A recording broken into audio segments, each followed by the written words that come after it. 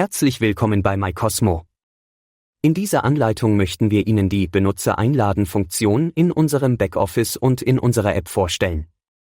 Diese Funktion ermöglicht es Ihnen, Nutzer zur Betreuung ihrer Arbeitsmittel in Ihr Nutzerkonto einzuladen. Sie haben dabei die Wahl zwischen Mitarbeitern Ihres Unternehmens, die die nötige Qualifikation haben, oder externen Prüfern, die Ihre Arbeitsmittel prüfen sollen.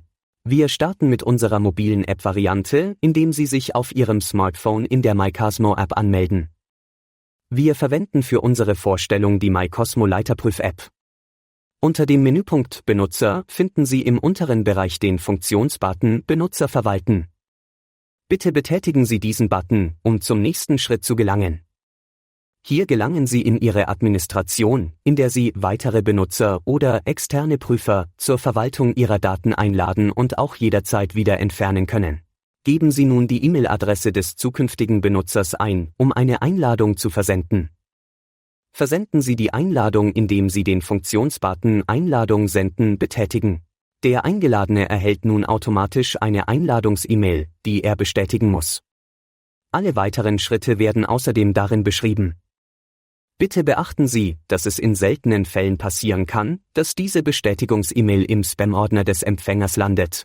So einfach geht eine Einladung zu Ihrem MyCosmo-Nutzerkonto. Als nächstes erklären wir Ihnen die gleiche Funktion über Ihre Backoffice-Oberfläche. Wir starten im MyCosmo Backoffice, indem Sie sich auf unserer Webseite in Ihrem Login-Bereich anmelden.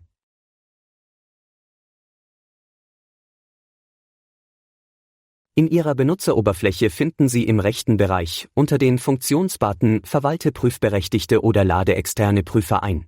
Unter diesem Menüpunkt finden Sie dieselben Funktionen wie bereits im ersten Teil beschrieben. Laden Sie hier weitere Benutzer oder externe Prüfer ein.